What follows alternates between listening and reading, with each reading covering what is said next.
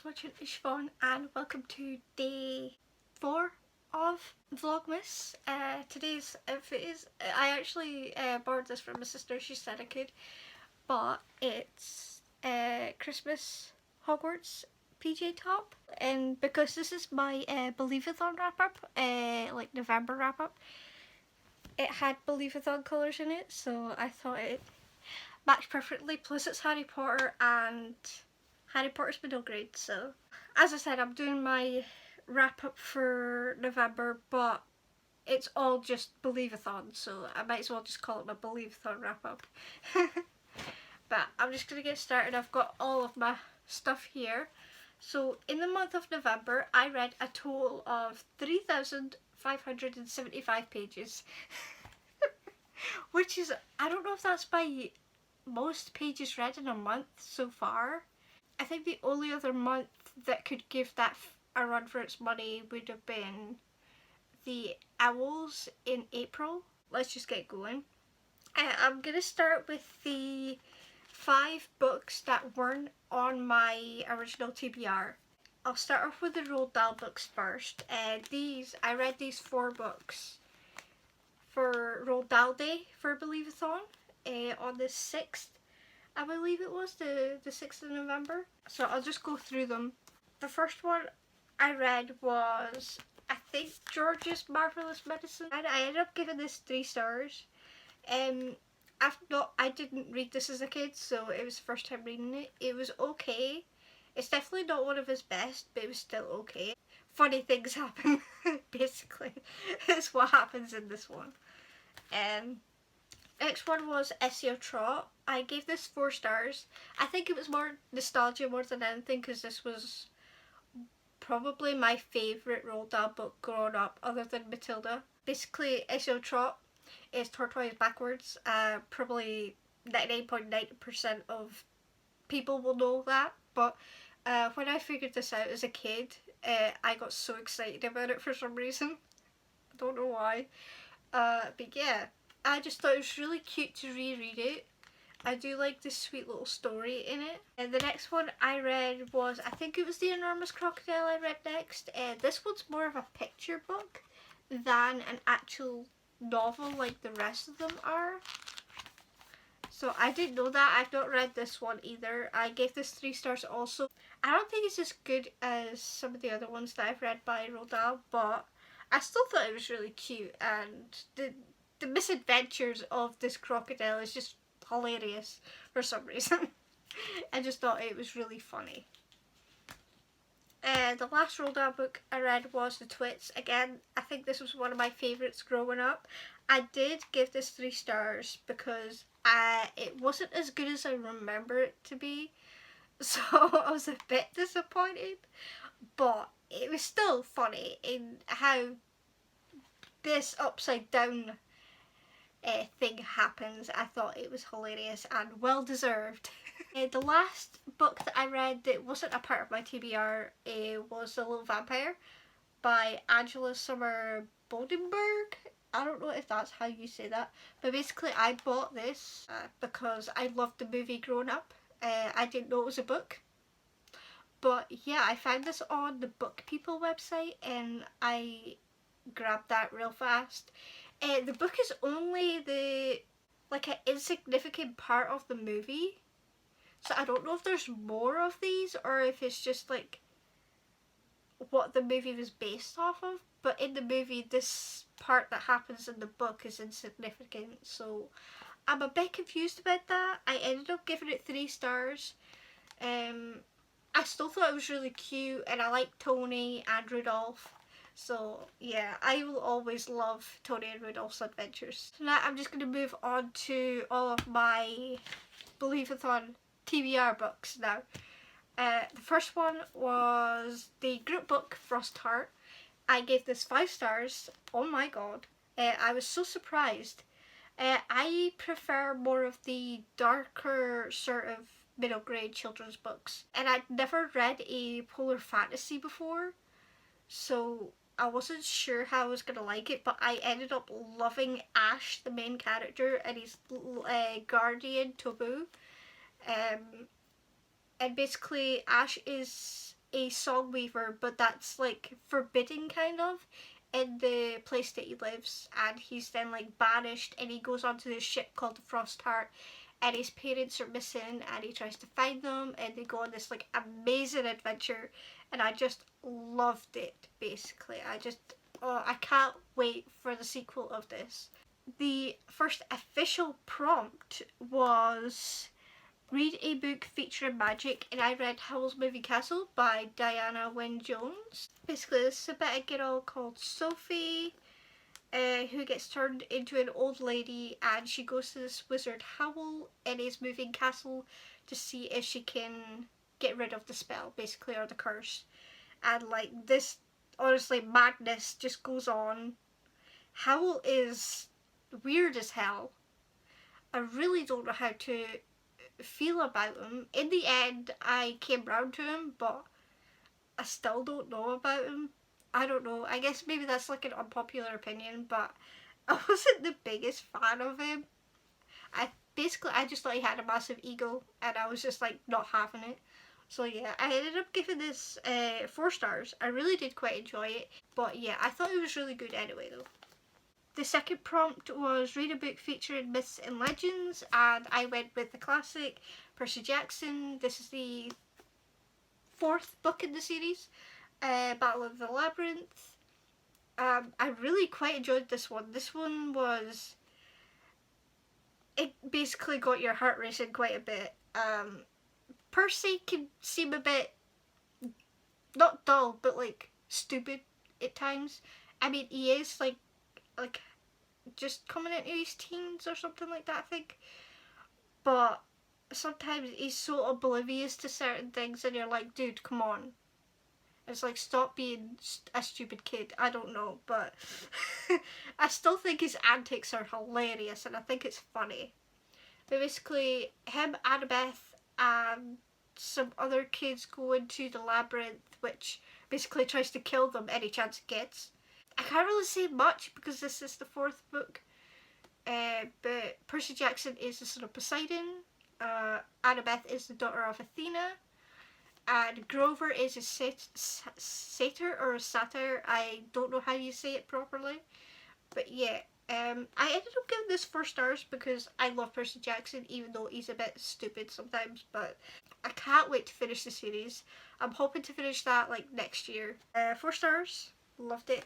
The next one is read a book featuring real world issues, and I think this was what most people read, to be honest, is Wonder by R.J. Palacio. I don't know if that's how you say the name, but there you go.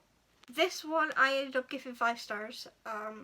I have now currently watched the Netflix movie. This hit a little too close to home. I was reading the part where it was in the sister's perspective, and me being the ill kid in the family, I now got to sort of be in my sister's mind and understand that she did not get as much attention as I did, and it, yeah, it's in my vlog. I ended up crying.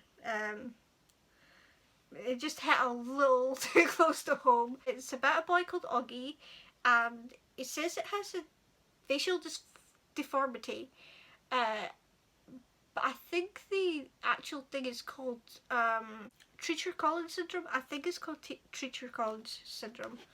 Basically, he goes off to middle school, and kids can be cruel, basically. He gets bullied, it's not nice, but he does find friends, and yeah, it's just about his ventures throughout the whole year of his first year at middle school, and everything that he has to go through, and it goes through different perspectives. It goes through Augie's, his sisters, his friend Summer, and his other friend Jack Will. So yeah, 5 out of 5 stars. Amazing book. I would 100% recommend it. Be warned, it will probably most likely make you cry. But yeah, love this book and the movie. The movie was good too. Next one is read a book set in the past.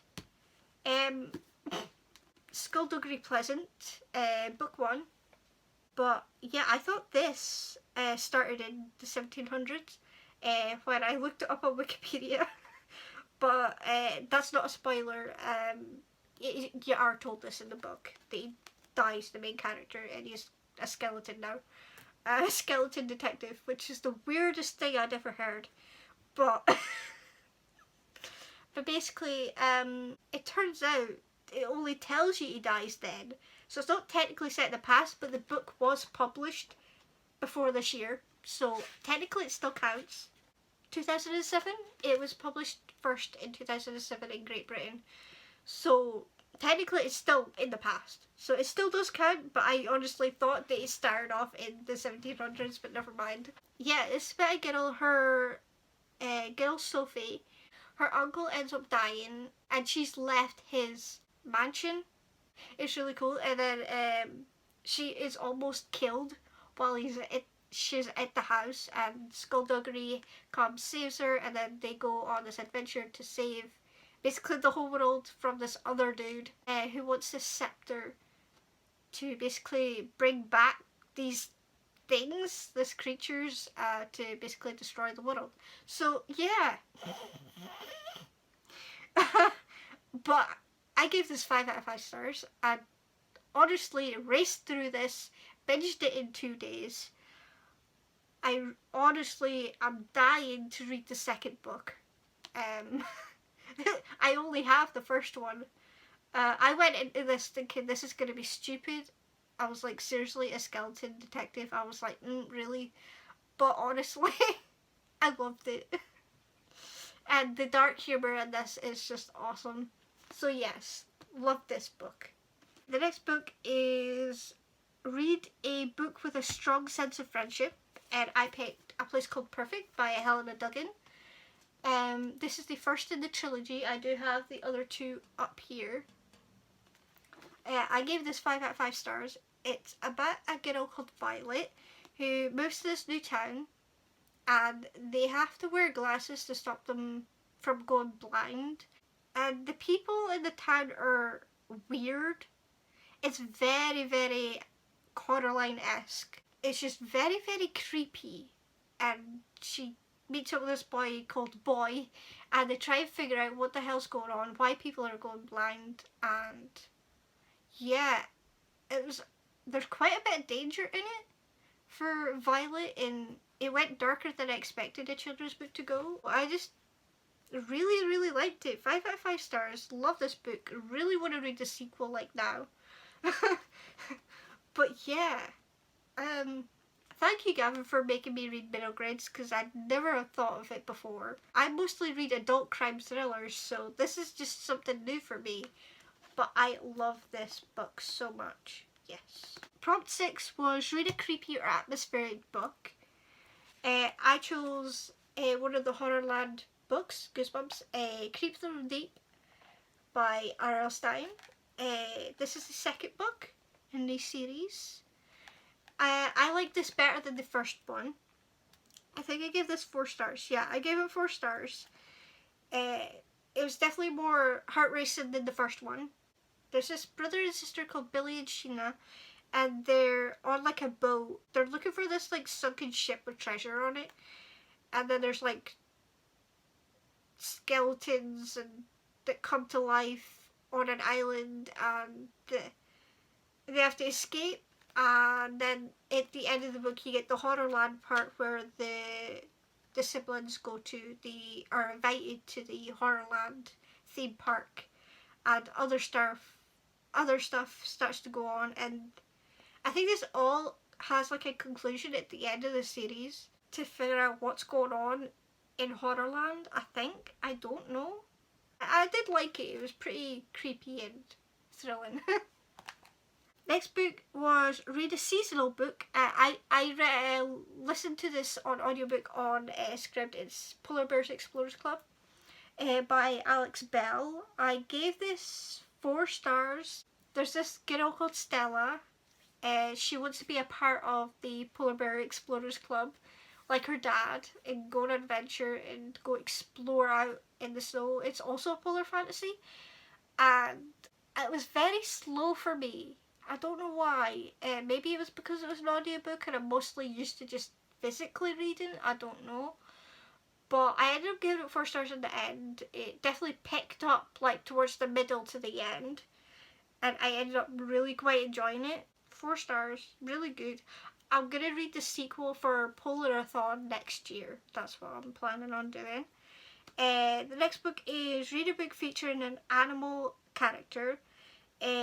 I decided on Paddington Turns Detective and Other Funny Stories. I gave this 3 stars. It was okay. There was, I think, 3 stories in this tiny book. Paddington growing up was my favourite bear, other than Winnie the Pooh. I actually have like a massive teddy in my mum's room that's Paddington. I just love Paddington growing up. I preferred the first story. The actual detective story was the best one out of all 3 of them. And Paddington always gets himself in trouble, so you can just imagine what goes on. You think something's something and then it turns out to be like nothing, so yeah, Paddington is just Paddington basically. It was more nostalgic more than anything else, so 3 stars. The next one is Read a Children's Classic, and I read Holes by Louis Satcher.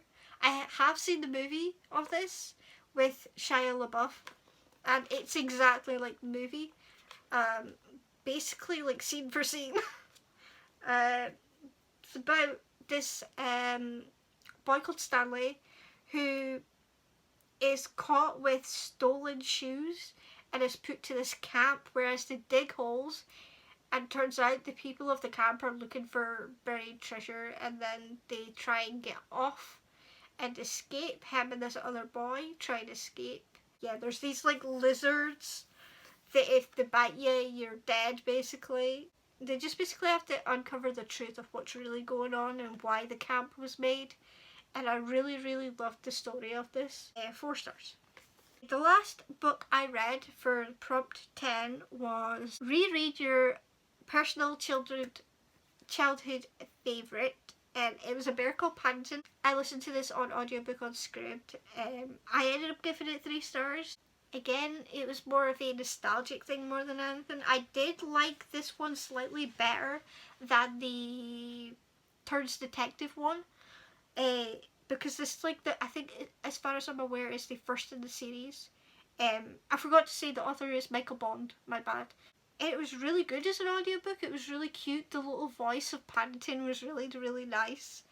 I quite enjoyed it. It was just really cute, basically. It's just the story of how he came to be with the family that he's with.